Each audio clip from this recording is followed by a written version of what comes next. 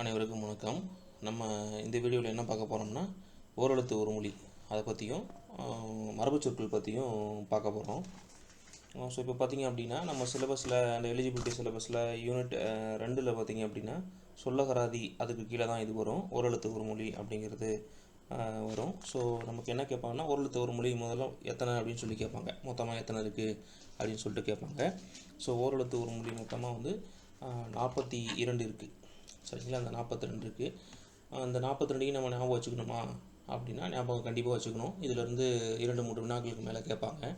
So இதில் பார்த்திங்க அப்படின்னா, அந்த சொல் வந்து ஒரு எழுத்து தான் இருக்கும். அந்த ஒரு எழுத்து தான் இருக்கும். அதுக்கு ஒரு பொருள் இருக்கும். சரிங்களா? ஸோ அந்த பொருளை நம்ம வந்து கண்டுபிடிக்கணும். ஓகேவா? ஸோ இதை பார்த்திங்க அப்படின்னா, இந்த பவணந்தி முனிவர் நன்னூல் எழுதினார் இல்லையா? நன்னூல் எழுதின வந்து நன்னூல் அப்படிங்கிற ஒரு இலக்கண நூல் எழுதின பவணந்தி முனிவர் தான் வந்து தமிழில் இந்த 42 ஓரெழுத்து ஒரு மொழிகள் இருக்குது அப்படின்னு சொல்லிட்டு குறிப்பிட்டிருக்காரு. ஸோ இது எக்ஸாம்பிள் கேட்பான். ஸோ ஓரெழுத்து ஒரு மொழி மொத்தம் எத்தனைன்னு கேட்பான். ஓரெழுத்து ஒரு மொழி மொத்தம் 42. இது வந்து யார் 42ன்னு சொன்னாங்க அப்படின்னு சொல்லி கேட்பாங்க. பவணந்தி முனிவர் அது எந்த நூலில் சொல்லியிருக்கு, எந்த நூலில் சொல்லியிருக்காரு அப்படின்னு சொல்லிட்டு கேட்பாங்க. சரிங்களா?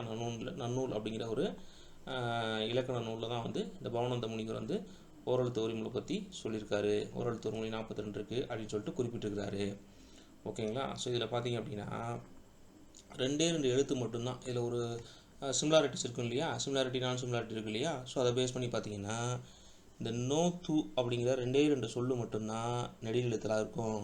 மற்ற எல்லா எழுத்தரும் சரிங்களா? மற்ற எல்லா எழுத்துமே வேறு எழுத்துக்களாக இருக்கும். இந்த நோ து ஆகிய 2 சொற்களை தவிர ஏனைய 40 சொற்களுமே வந்து நெடில் எழுத்துக்கெல்லாம் இருக்கும்.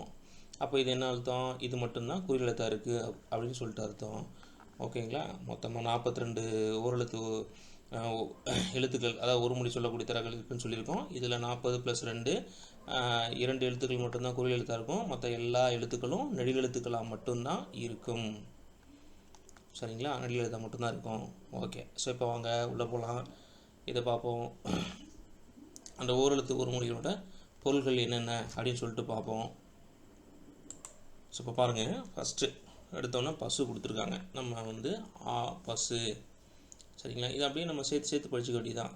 ஆ பசு சொல்லி ஒரு தடவை போல் 2 தடவை சொன்னீங்கன்னா வந்துடும். ஆ பசு, ஆ பசு. ஓகேங்களா? ரெண்டாவது வந்து ஈ கொடு. சரிங்களா? ஆனா பசு, ஈனா கொடு. சரிங்களா? ஊன்னா இறைச்சி, ஊன் உன் அப்படின்னு சொல்கிறோம் இல்லைங்களா? ஊன் உன், ஊன்னா இறைச்சி. ஏ அப்படின்னா அம்பு, ஏ அம்பு விடுறான் அப்படி, ஏ அம்பு விடுறான். சரிங்களா? அது இதுலேயே தெரியும். தலைவன்னா ஐ இருக்கும். அதுலேயே தலைவன் அப்படின்னா ஐ தலைவன் அப்படி. சரிங்களா? ஐ தலைவன் அப்படி இப்போ சொல்லி பார்த்தீங்கன்னா வந்துடும். ஓகேங்களா? ஸோ அடுத்து ஓ அப்படின்னா மதகுநீர் தாங்கும் பலகை. இதை நம்ம வந்து நோட் பண்ணி வச்சுக்கணும். இதை நம்ம வந்து நினைவில் வச்சுக்கணும். ஓ அப்படின்னா மதகுநீர் தாங்கும் பலகை. சரிங்களா? ஸோ அடுத்த வார்த்தை கானா சோலை. நம்ம எப்படி ஞாபகம் வச்சுக்கலாம்? கா சோலை அப்படின்னு ஞாபகம் வச்சுக்கலாம். கா சோலை அப்படின்னு ஞாபகம் வச்சுக்கலாம். இது கா அப்படிங்கிறத கானா மீனிங் சோலை, அது எப்படி ஞாபகம் வச்சுக்கலாம்னா கா சோலை அப்படின்னு ஞாபகம் வச்சுக்கலாம். அடுத்து கூனா பூமின்னு அர்த்தம். இது எப்படி ஞாபகம் வச்சுக்கலாம்? கூவும் பூமி அப்படின்னு ஞாபகம் வச்சுக்கலாம். சரிங்களா? ஸோ இந்த கைனா ஒழுக்கம். இது நம்ம ஈஸியாக வச்சுக்கலாம். ஒழுக்கமான கை அப்படின்னு சொல்கிறாங்க இல்லையா? லஞ்சம் வாங்காமல் இருக்கிறாங்க அப்படிங்கிறதுக்கு சுத்தமான கை அப்படின்னு சொல்கிறாங்க இல்லையா? ஒழுக்கமான கை அப்படி சொல்லுவாங்க.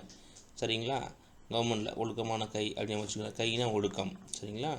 கோனா அரசன். நமக்கு இது தெரிஞ்ச விஷயந்தான். கோ அப்படின்னா அரசன். சரிங்களா? கோனா அரசன். கோன்னு சொல்லிட்டு ஒரு படம் இருக்குது, அது அரசன் நடிக்கிறார் அப்படின்னு ஞாபகம் வச்சுக்கோங்க. சரிங்களா?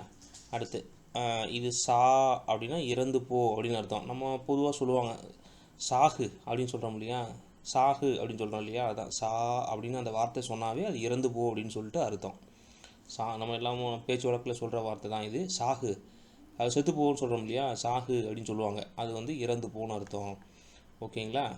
ஸோ இது பாருங்கள், சி அப்படின்னா இகழ்ச்சி அதுலேயே இருக்கும் மீனிங். இகழ்ச்சி நம்ம பொதுவாக அந்த ஒரு இரிட்டேட் பண்ணுறதுக்கு சி அப்படின்னு சொல்கிறோம் இல்லையா? இகழ்ச்சி அது. சரிங்களா? அடுத்த வார்த்தை வந்து சேனா உயர்வு. சரிங்களா? சேனா உயர்வு, சோனா மதில். சரிங்களா. சேன்னா உயர்வு, சோன்னா மதில். ஒரு சில வார்த்தைகள் நம்ம ஞாபகம் வச்சுக்கணும். ஓகேங்களா. மதில் இது நமக்கு எளிமையாக தெரியும். தான்னா கொடு, தான்னா கொடு.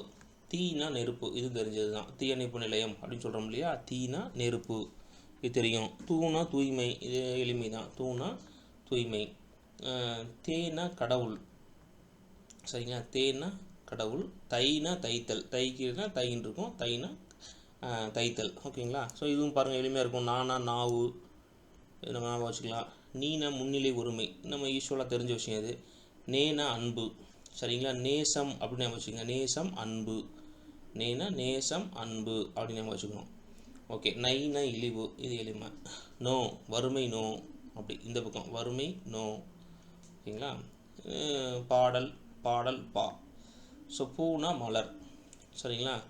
பூங்கொடி அப்படி சொல்கிறாங்களே, பூனா மலர், அதை ஞாபகம் வச்சுக்கோங்க. பேனா மேகம், இந்த மாதிரி ஒரு வித்தியாசமான வார்த்தைகள்லாம் நம்ம ஞாபகம் வச்சுக்கிட்டு தான் ஆகணும், சரிங்களா. பேனா மேகம் அப்படின்னு சொல்லிட்டு ஞாபகம் வச்சுக்கணும், சரிங்களா. ஸோ இது நம்ம எப்படி எளிமையாக ஞாபகம் வச்சுக்கலாம்னா, பேய் மேகம் அப்படின்னு ஞாபகம் வச்சுக்க வேண்டியதான். பேய்க்கு வந்து பக்கத்தில் ஈய போட்டு பேய் மேகம் அது சொல்கிறாங்க. மழை பெஞ்சதுன்னா எப்படி பெய்யுது, மேகம் இருட்டிக்கிட்டு பேய் மாதிரி வருதுன்னு சொல்கிறாங்க இல்லையா. ஸோ அதான் பேய் மேகம் அப்படின்னு ஞாபகம் வச்சுக்கணும். ஓகேங்களா. ஸோ பைனா இளமை, சரிங்களா. ஸோ இதை நம்ம எப்படி வச்சுக்கோன்னா, நம்ம இளமையில் வந்து பை எடுத்துகிட்டு ஸ்கூலுக்கு போகணும் இல்லையா, அதுதான் இந்த பைனா இளமை, சரிங்களா. அதாவது இளமையில் பை எடுத்துக்கிட்டு நம்ம வந்து ஸ்கூலுக்கு போகும், சரிங்களா. அடுத்து போனா செல் அப்படின்னு அர்த்தம். போ நம்ம கோன்னு சொல்கிறோம் இல்லையா, அந்த வார்த்தை போனா செல். ஓகேங்களா. இது மாமரம், நமக்கு தெரியும் மாமரம். மீ வான்னா பெரிய வான், மீ அப்படின்னு சொல்லுது வந்து பெரிய அப்படின்னு பயன்படுத்துவாங்க.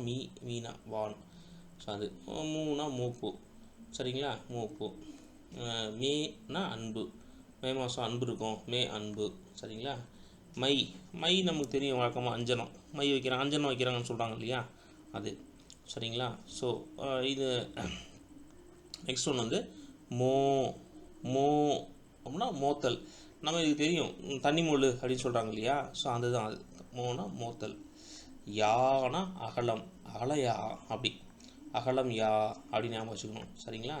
ஸோ வானா கம்னு சொல்கிறோம் இல்லையா, அது வா அழைத்தல். ஓகே. வீணா மலர், இது யூஸ்வலாக இதெல்லாம் நிறைய பேர் எக்ஸாமில் கேட்டிருக்காங்க. வீக்கு ஓரெழுத்து சொல்லிருக்கு என்னன்னு சொல்லிட்டு கேட்பாங்க, சரிங்களா. வீணா மலர். நீங்கள் அதை இங்கிலீஷில் போட்டு பார்த்தீங்கன்னா ஈஸியாக இருக்கும். வி மலர் அப்படின்னு எழுதிக்க வேண்டியதான். நீங்கள் இதை ஒன்றும் நீங்கள் பெரிய லெவலில் எது ஞாபகம் வச்சுக்கோங்கன்னா, வி மலர் நீங்கள் சொல்லி பார்த்தீங்கன்னா வந்துடும். வி மலர், அதாவது இப்போ மலர்னு யாராவது ஃப்ரெண்ட் இருக்காங்கன்னா அவங்களுக்கு இனிஷியல் வி மலர் அப்படி, சரிங்களா. இது வந்து புல்லவை அப்படி, ஃபுல்லவை ஃபுல்லவை அது, சரிங்களா. இது வைனா கவர்,